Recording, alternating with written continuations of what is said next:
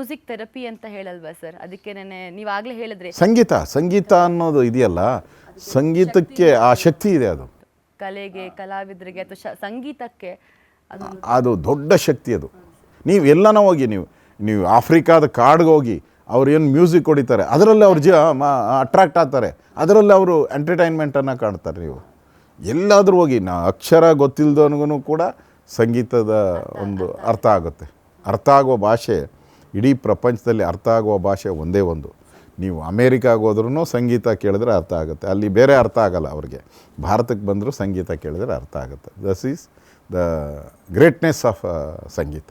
Nice sir. ನಿಮಗೆ may be ಒಂದು 67 ವಯಸ್ಸು ಅಂತ ಹೇಳಿದ್ರೆ ತಪ್ಪಾಗಲ್ಲ. 67 ವಯಸ್ಸಲ್ಲಿ ನಮ್ಮ ಕೈಯಲ್ಲಿ ಏನೂ ಆಗಲ್ಲ ಅಂತ ಕೂತ್ಕೊಳ್ಳೋರೇ ತಪ್ಪ, ನಂಗೆ ವಯಸ್ಸಾಗೋಯ್ತಪ್ಪ ಅಂತ ಒಂಥರ ಅವ್ರಿಗೆ ಅವರೇ ಡಿಮೋಟಿವೇಟ್ ಮಾಡ್ಕೊಳ್ಳುವಂಥ ಒಂದು ಜನರೇಷನ್ಗೆ ಬಂದಿದ್ದೀವಿ.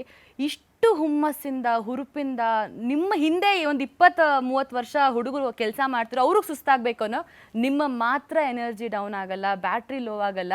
ಸೊ ಏನು ಸರ್ ನಿಮಗೆ, ನಿಮ್ಮ ಸೀಕ್ರೆಟ್ ಏನು, ನಿಮ್ಮ ಫಿಟ್ನೆಸ್ ಮಂತ್ರ ಏನು, ಅಥವಾ ನಿಮ್ಮ ಡಯಟ್ ಮಾಡ್ತೀರಾ, ಫುಡ್ ಹ್ಯಾಬಿಟ್ಸ್ ಹೇಗೆ ಮೇಂಟೈನ್ ಮಾಡ್ತೀರಾ ಸರ್ ನೀವು? ನೋಡಿ, ಎಲ್ಲರೂ ಹೇಳ್ತಾರೆ ಬರೋವಾಗ ಖಾಲಿ ಕೈಯಲ್ಲಿ ಬಂದೆ ಅಂತ. ಎಲ್ಲರೂ ನೀವು ನೋಡಿ, ಎಲ್ಲರೂ ಡೈಲಾಗ್ ಕೊಡೋದು, ನೀವು ಬರಬೇಕಾದ್ರೆ ಖಾಲಿ ಕೈಯಲ್ಲಿ ಬಂದ್ರಿ ಅಂತ ಹೇಳ್ತಾರೆ. ಬರೋವಾಗ ಖಾಲಿ ಕೈಯಲ್ಲಿ ಬರಲ್ಲ, ಬರಬೇಕಾದ್ರೆ ಪುಣ್ಯನ ತಗೊಂಡು ಬರ್ತೀರ, ಹೋಗ್ಬೇಕಾದ್ರೆ ಕರ್ಮದ ಜೊತೆ ಹೋಗ್ತೀರ. ನೀವು ಇವೆರಡರ ಮಧ್ಯೆ ಇದೆಯಲ್ಲ, ಪುಣ್ಯ ಮತ್ತು ಕರ್ಮ, ಅದ್ರ ಮಧ್ಯೆ ನೀವು ಏನು ಒಳ್ಳೆಯದು ಮಾಡ್ತೀರೋ ಅದು ಮಾತ್ರ ಉಳಿಯೋದು. ನೀವು ಕರ್ಮ ತಗೊಂಡು ಹೋಗಬಾರ್ದು ಅಂದರೆ ಒಂದಷ್ಟು 4 ಒಳ್ಳೆಯ ಕೆಲಸನೂ ಕೂಡ ಮಾಡಬೇಕಾಗ್ತೈತೆ. ಆ ಒಳ್ಳೆಯ ಕೆಲಸ ಮಾಡೋವಂಥದ್ದು ನೋಡಿ, ನಾವು ಕೆಟ್ಟದ್ದನ್ನು ಬಯಸಬಾರ್ದು ಯಾರಿಗೂ. ನಮ್ಮ ಕೈಲಿ ಕೊಡೋಕ್ಕೆ ಸಾಧ್ಯ ಇಲ್ಲ, ಕೆಟ್ಟದ್ದು ಬಯಸಬಾರ್ದು, ಒಳ್ಳೆಯದನ್ನು ಬಯಸಬೇಕು. ಆಗ ನಿಮಗೆ ಎಲ್ಲ ಜೀವನದಲ್ಲಿ ಏನೇನು ಬೇಕೋ ಎಲ್ಲ ಸಿಗುತ್ತೆ ನಿಮಗೆ. ಮತ್ತು ನೀವು ಆರೋಗ್ಯದ ವಿಚಾರನೂ ಕೂಡ ಹೇಳಿದಿರಿ. ನಾನು ಸ್ಪೋರ್ಟ್ಸ್ ಮ್ಯಾನ್, ನಾನು ಕಬಡ್ಡಿ ಪ್ಲೇಯರ್, 20 ವರ್ಷ ಕಬಡ್ಡಿ ಆಡಿದ್ದೀನಿ. ನಾನು 18ನೇ ವರ್ಷಕ್ಕೆ ನಾನು ಮಧ್ಯಪ್ರದೇಶದ ಕಬಡ್ಡಿ ಆಲ್ ಇಂಡಿಯಾ ಟೂರ್ನಮೆಂಟಿಗೆ ಹೋಗ್ತಾಯಿದ್ದೆ. ನಾನು ಮಹಾರಾಷ್ಟ್ರಕ್ಕೆ ಹೋಗಿದ್ದೀನಿ, ತಮಿಳ್ನಾಡಿಗೆ ಹೋಗಿದ್ದೀನಿ, ಆಂಧ್ರಾಗೆ ಹೋಗಿದ್ದೀನಿ. ನಾನು 2 ಬಾರಿ ಬೆಂಗಳೂರು ಯೂನಿವರ್ಸಿಟಿ ಪ್ಲೇಯರಾಗಿ ಸೆಲೆಕ್ಟ್ ಆಗಿದ್ದೆ.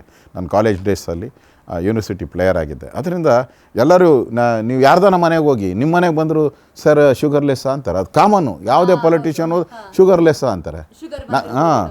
ನನಗೆ ನೋಡಿ ಯಾವುದು ಆ ಥರದ್ದು ಯಾವುದು ಶುಗರು ಇಲ್ಲ, ಬಿ ಪಿನೂ ಇಲ್ಲ. Because sports man. ನೀವು ಒಂದು ಕ್ರೀಡೆ ಅಂದರೆ ಕ್ರೀಡೆ ನಿಮ್ಗೆ ಆ ಹೆಲ್ತನ್ನು ಕೊಡುತ್ತೆ. ಸೀಕ್ರೆಟ್ ಆಫ್ ಹೆಲ್ತ್ ಅಂತ ಹೇಳಿದೆ, ದಟ್ ಈಸ್ ದ ಸ್ಪೋರ್ಟ್ಸ್, ಕ್ರೀಡೆ.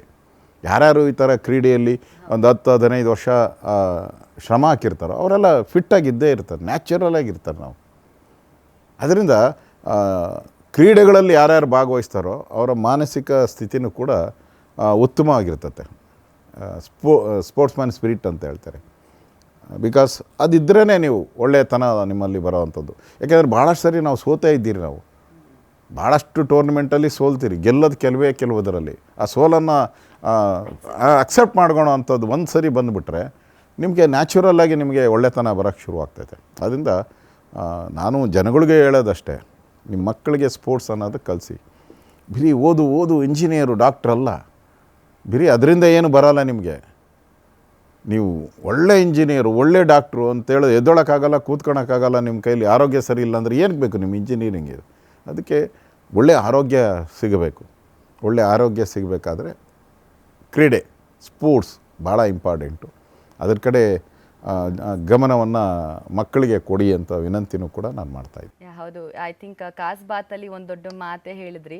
ಸೊ ಬರುವಾಗ ನಾವು ಪುಣ್ಯನ ತೊಗೊಂಡು ಬರ್ತೀವಿ, ಹೋಗುವಾಗ ಕರ್ಮನ ತೊಗೊಂಡು ಹೋಗ್ತೀವಿ. ಮಧ್ಯೆ ನಾವು ಜೀವನ ಮಾಡೋದೇ ಆ್ಯಕ್ಚುಯಲ್ ರಿಯಾಲಿಟಿ ಅಂತ ನಮಗೆ ಒಂದು ಹೇಳ್ಕೊಟ್ರಿ. ಆ್ಯಂಡ್ ಎಲ್ಲ ತಂದೆ ತಾಯಿರು ಬರೀ 10th ಬಂದರೆ ಬೋರ್ಡ್ ಎಕ್ಸಾಮ್ಸು, ನನ್ನ ಮಕ್ಕಳು ಓದಬೇಕು, ನನ್ನ ಮಗ ಅಂದರೆ ಕಂಪ್ಯಾರಿಸನ್ ಶುರು ಆಗಿಬಿಡತ್ತೆ. ಸೊ ಅದನ್ನು ಮಾಡದೆ ಕರಿಕ್ಯುಲರ್ ಆ್ಯಕ್ಟಿವಿಟೀಸಲ್ಲೂ ಅವ್ರಿಗೆ ಇನ್ವಾಲ್ವ್ ಮಾಡ್ಕೊಳ್ಳಿ. ಆಗ ನಿಜವಾಗ್ಲೂ ಅವರ ಆರೋಗ್ಯನೂ ಚೆನ್ನಾಗಿರುತ್ತೆ, ಮೆಂಟಲಿ ಕೂಡ ಅವರು ಸ್ಟೇಬಲ್ ಆಗಿರ್ತಾರೆ ಅಂತ ಹೇಳಿದ್ರಿ. ಸೊ ಆಗಲೇ ಅಣ್ಣವ್ರ ಬಗ್ಗೆ ನೀವು ಮಾತಾಡ್ತಾ ಇದ್ರಿ. ಅಲ್ಲ, ಅದಕ್ಕೊಂದು ಮಾತು ನನಗೆ, ನಾನು ಗೌರ್ಮೆಂಟ್ ಶಾಲೆಯಲ್ಲಿ ಓದಿದ್ದು. ನಾನೇನು ಇಂಜಿನಿಯರ್ ಆಗಿಲ್ಲ, ಡಾಕ್ಟ್ರ್ ಆಗಿಲ್ಲ. ನಾನು ಇಂಜಿನಿಯರ್ ಆಗಿಲ್ಲ, ಡಾಕ್ಟ್ರ್ ಆಗಿಲ್ಲ. ನಂದು BSc ನಾನು ಮಾಡಿರೋವಂಥದ್ದು, PCMB ನಂದು ಕಾಂಬಿನೇಷನ್ಸು. ನನ್ನ ಕೈ ಕೆಳಗಡೆ ನಾನು ಹೆಲ್ತ್ ಮಿನಿಸ್ಟರ್ ಆದಾಗ 1000 ಜನ ಡಾಕ್ಟ್ರುಗಳು ನನ್ನ ಕೈ ಕೆಳಗಡೆ ಬಂದು ನಿಂತ್ಕೊಂಡು ಕೆಲಸ ಮಾಡ್ತಾಯಿದ್ರು. ನಾನು ಟ್ರಾನ್ಸ್ಪೋರ್ಟ್ ಮಿನಿಸ್ಟರ್ ಆದಾಗ, ಹೋಮ್ ಮಿನಿಸ್ಟರ್ ಆದಾಗ IAS IPS ಅವರು ನನ್ನ ಮುಂದೆ ಕೈ ಕಟ್ಕೊಂಡು ನಿಂತ್ಕೊತಾಯಿದ್ರು. ಅದಕ್ಕೆ ಗೌರ್ಮೆಂಟ್ ಶಾಲೆನ ನೆಗ್ಲೆಕ್ಟ್ ಮಾಡಬೇಡಿ.